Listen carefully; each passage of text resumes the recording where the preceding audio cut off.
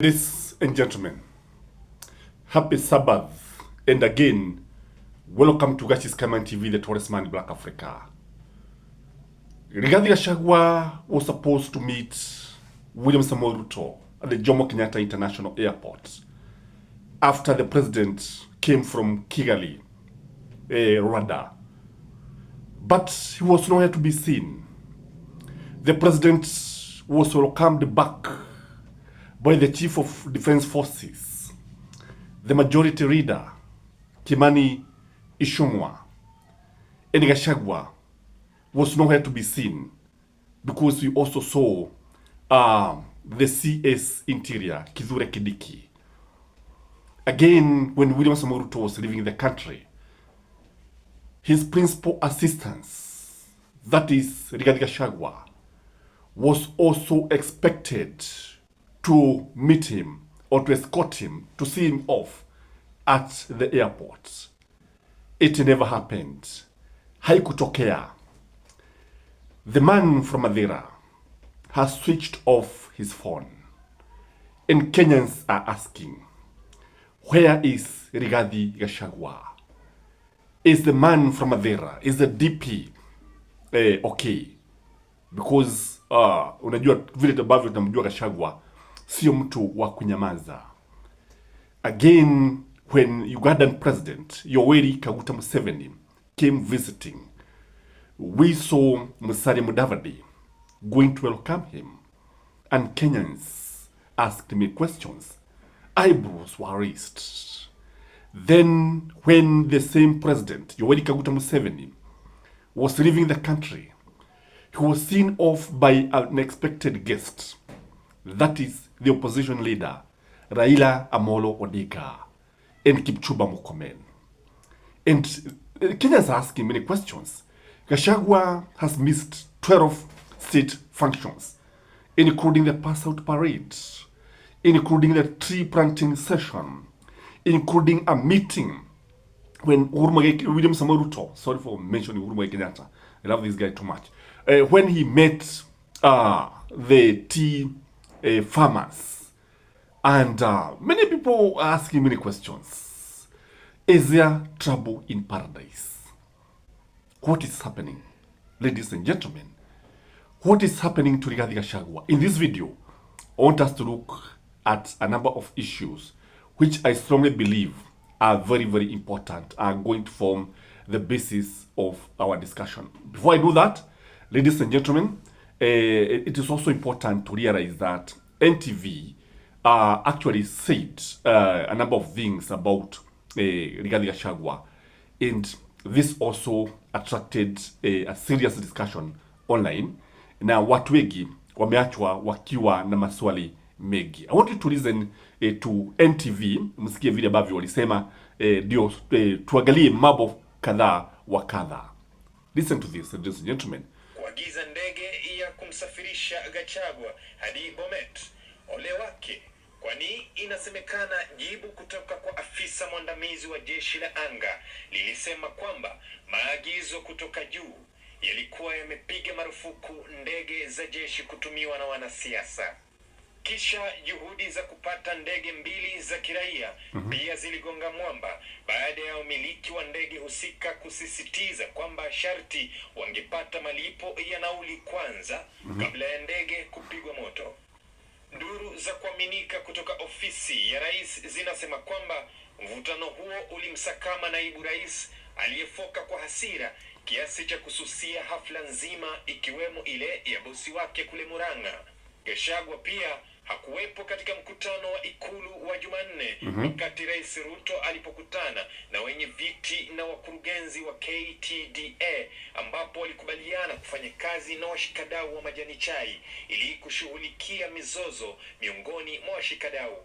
Kumbuka, naibu rais ndiye amepewa wajibu mkuu wa kufufua sekta za chai, maziwa na kahawa.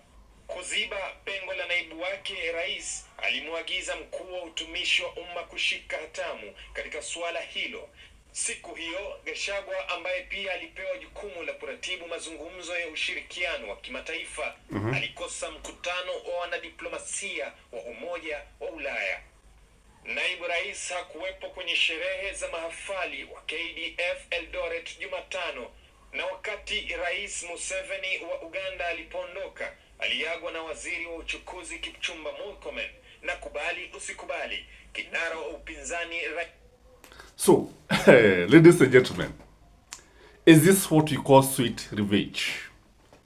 Because I would like to hear the opinion of Uhuru Muigai Kenyatta.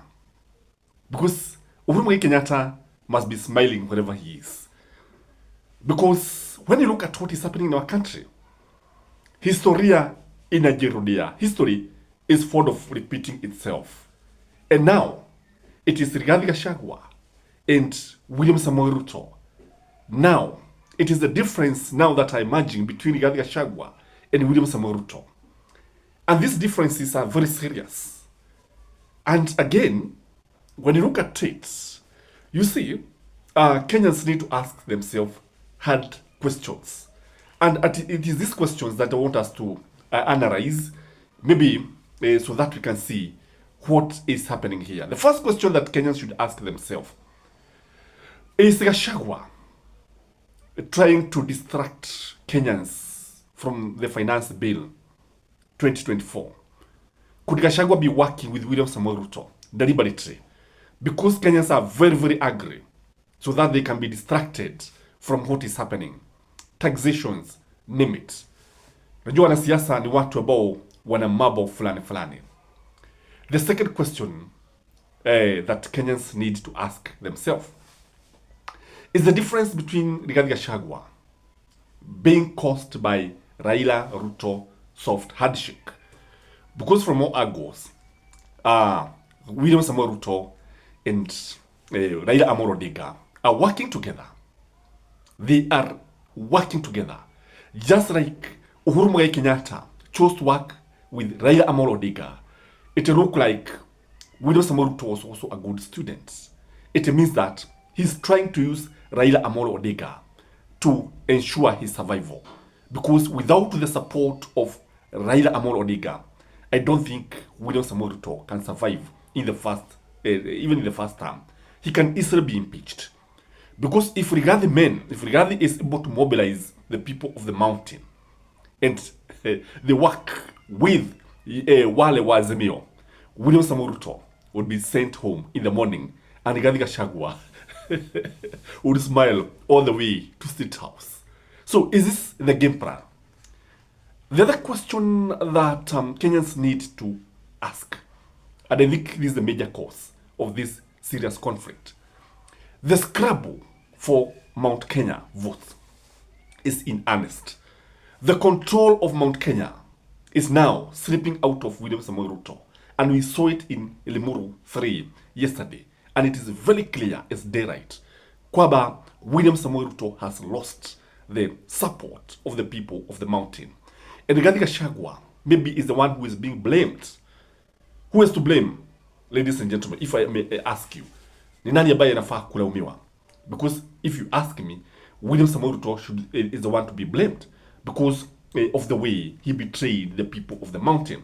The fact that Rigathi Gachagua is now trying to align himself with the people, he's trying to endear himself with the people by talking about one man, one vote, one shilling. It only means that these differences can only be escalated. Because William Samoei Ruto is here telling Kenyans that he's going to increase the taxes. But Rigathi Gachagua, on the other hand, is saying that lazima tuseme ya kwamba pesa hazitagawiwa mawe, hazitagawiwa ng'ombe, hazitagawiwa gamia. Pesa ni za wananchi. Pesa zigawiwe binadamu, wananchi wapiga kura. And that is maybe something that is making Rigathi Gachagua and William Samoei Ruto differences to be escalated. But why would Gachagua switch off his phone? Because from reliable sources, Rigathi Gachagua has chosen to actually switch off the phone. The main reason is that he doesn't want William Samoei Ruto to reach him. He doesn't want to be reached. The other reason could be maybe Rigathi Gachagua is a good politician. Because you cannot tell me this was just one guy who became a member of parliament for just one term, and before Kenyans knew He was the deputy president of the Republic of Kenya. The guy is just a heartbeat away from the presidency. He can easily become the president if the worst case scenario happens. So, could he be trying to maybe, in one of the 48 rules of power by Robert Greene, if you are absent, you become scarce, you increase your value, you increase your demand. And I can tell you, there are already some Kenyans who actually did not support Rigathi Gachagua initially, but now they are siding with Rigathi Gachagua. Kenyans are always attracted by the underdogs. And that is how William Samoei Ruto, because he was able to portray himself as a victim of Uhuru Muigai Kenyatta, that is how he was able to win the support of the people of the mountain. And that's why I'm telling you that history is fond of repeating itself in a very, very interesting way. He also learned this. Unajua, mchiba kisima huigia mwenyewe. Again, when you look at Rigathi Gachagua, he has retreated to Madeira. You ask yourself, why Madeira? It's because of what I have always been opining in this channel, that ng'ombe akivujika mguu malishoni anajikokota zizini akasaidiwe. Gachagua amevujika mguu na amerudia watu wao, anataka asaidiwe na watu wake. And again, by going back to Madeira and switching off his phone, he is increasing the sympathy. Watu wengi sasa wanaanza kumlaumu William Samoei Ruto. The other questions that beg answers. Is there a possibility that Rigathi Gachagua could be working with Uhuru Muigai Kenyatta? In politics, anything is possible. And if Rigathi Gachagua can decide to work with Uhuru Muigai Kenyatta, the greatest loser would be William Samoei Ruto. And the greatest beneficiary would be Rigathi Gachagua and Uhuru Muigai Kenyatta and Mount Kenya people in general. And if you listened to Gathoni Wamuchomba yesterday in the Muru, she told Mother Karua, Muthigi wa Ruriri, that is that mantle, leadership mantle, is still with Uhuru Muigai Kenyatta. And until a candidate from the mountain comes out and vie for the presidency, that is the time that will be given. In a nutshell, Gathoni Wamuchomba was telling Rigathi Gachagua and Mother Karua, if you want to be the kingpin of the mountain, you must vie for the leadership of this country. Without that, Kikuyus strongly believe that their kingpin is still Uhuru Muigai Kenyatta. The other issue that could be escalating this, kuna wale watu ambao waliitwa waraba sahani ambao wanamzunguka William Samoei Ruto. And if you listen to them, they have always been attacking Rigathi Gachagua.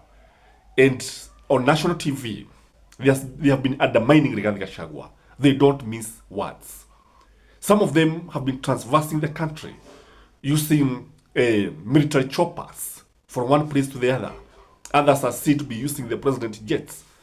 And Gachagua is now being undermined deliberately. Because when you look at Rigathi Gachagua is very abrasive. One thing I know about Rigathi Gachagua and William Samoei Ruto, this is a pair of guys who cannot work together. Hilo ni jambo ambalo tulijua tangu mwanzoni, because the two guys are very abrasive. Very, very abrasive. Like terms, you always repel, and like terms, you always attract each other. Because Gachagua has also unbridled ambition, like William Samoei Ruto, the relationship is likely to be messy. And the big questions that Kenyans should be asking now, what next? Because from where I sit, I told you in my latest video that after Lemuru 3, the politics of this country will never be the same. And you can take that to the bank. And I repeat, the politics of this country from now henceforth will never be the same again. And Gachagua is also likely to be replaced very easily by William Samoei Ruto. Because what he needs to do is to work with Raila Amolo Odinga. And because he's working with the Kikuyus who are in UDA, they can easily impeach Rigathi Gachagua. And Gachagua can be forced to resign.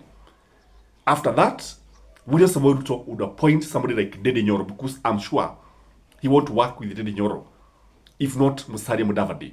But Dede Nyoro is the blue boy. And that is why you see Moses Kuria the other day disagreeing publicly with Rigathi Gachagua. That's why you saw Moses Kuria coming out in public telling Kenyans that he doesn't support one man, one vote, one shilling. So what we are saying here is that you cannot leave this channel, by the way, because what we will be analyzing here will be very juicy, very interesting, and it's going to shape our discussion moving forward.